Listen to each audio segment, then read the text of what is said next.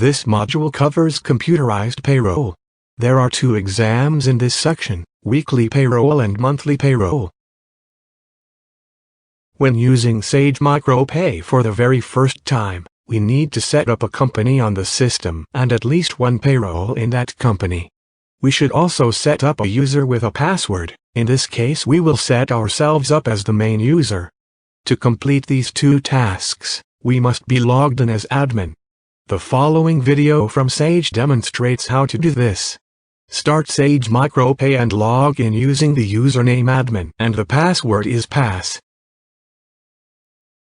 To set up a company and a payroll, we must first click on Company on the menu bar, and then click on Company Setup. We then click on Add New Company, enter the company name, and then click on Create Company. The new company appears as shown. To create and assign a payroll to this company, click on Add New Payroll. Enter the payroll name. In this example we will call it monthly and we will create another called weekly later on. Select the license name from the drop-down. This will most likely be your company name. Enter a password that you will remember. This is recommended but not mandatory. Finally, select a monthly payroll frequency and click on Create. The system then creates all the necessary files and structures. In this case we selected monthly. Keep in mind that our first exam is a weekly payroll and the second exam is monthly. We used the same process to also set up a weekly payroll as shown. To set up a user, we click on Security and then on Users. This only needs to be done one time. Once we are set up as a user, we can continue to use this profile from then on. We click on Add and then enter a username. It is possible to allocate different levels of access to different groups, but in this case we simply select Group 1. Click on Change Password and enter a new password. Make absolutely sure that you remember the password from then on.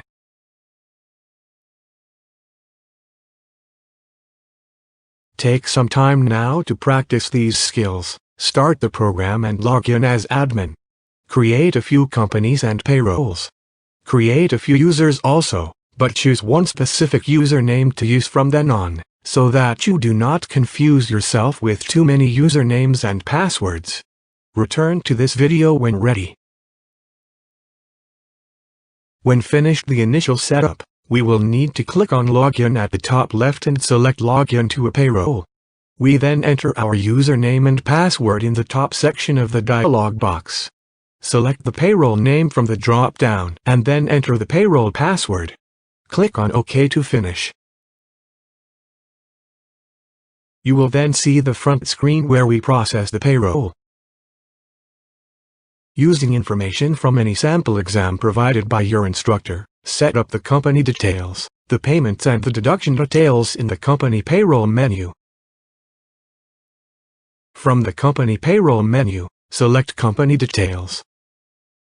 Enter the company information here and note that the payroll frequency is set to weekly. Click on the bank tab at the top of the screen and enter the bank details in the Pay Path section. Click on OK when finished. From the company payroll menu, select Payments. Some standard payment types are already set up such as basic pay, overtime and double time. If we click on Basic and click on Edit, we can see the setup. It is set to an hourly rate, and tax and PRSI is applied. The rate is not double time or time and a half, so it is set to 1. Click on Cancel to return to the previous screen. To enter a new payment we click on New. Enter the name of the payment in the title box at the top. In this case the payment is bonus. A bonus is taxable, therefore we apply the full PRSI option. We also select tax and USC. We do not get a bonus when on holiday. Another example of a payment is travel. In this case it is reimbursed travel expenses. Because you are getting reimbursed for money you spent, there is no tax payable. Also, there is no travel when you are on holidays. Next, we will set up some deductions. We click on New and enter a credit union deduction. This deduction is taken from the net pay, so we select Net After Tax. The subtype is Standard. We will continue to pay this deduction when we are on holidays. If we accumulate a balance, it means that a running total will show on our payslips each period. When finished, you will then be ready to set up some employees. Click on Edit Employees. Enter the basic details for the first employee in this screen.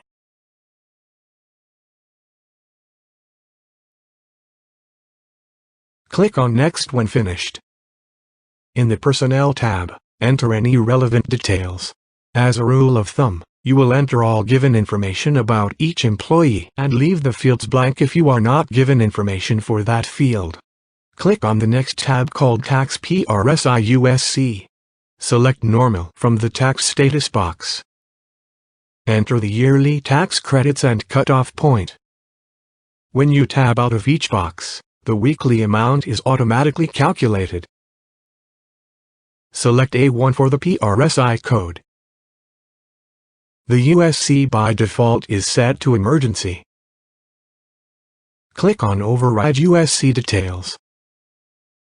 Click on Add as many times as it will allow. Click on Add as many times as it will allow. Enter the USC brackets and click on OK. In the next tab, select the pay details as shown. Click on the Payments tab. Enter the hours worked per week and the hourly rate. In the Deductions tab, enter the yearly LPT.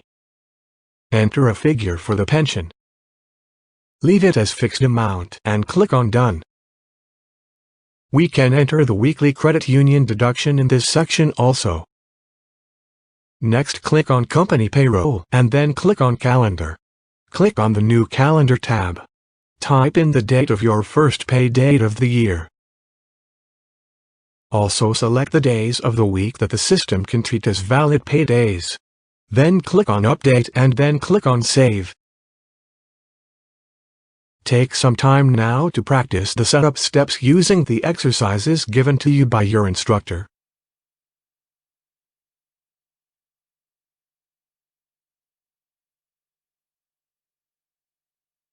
So, now we are finally ready to run a payroll. The first thing we need to do is to set period. We click on Set Period and select the correct number for the current period. The system autofills the correct dates, and we then click on OK. This means then that the system is set up to process a payroll for that particular period and no other.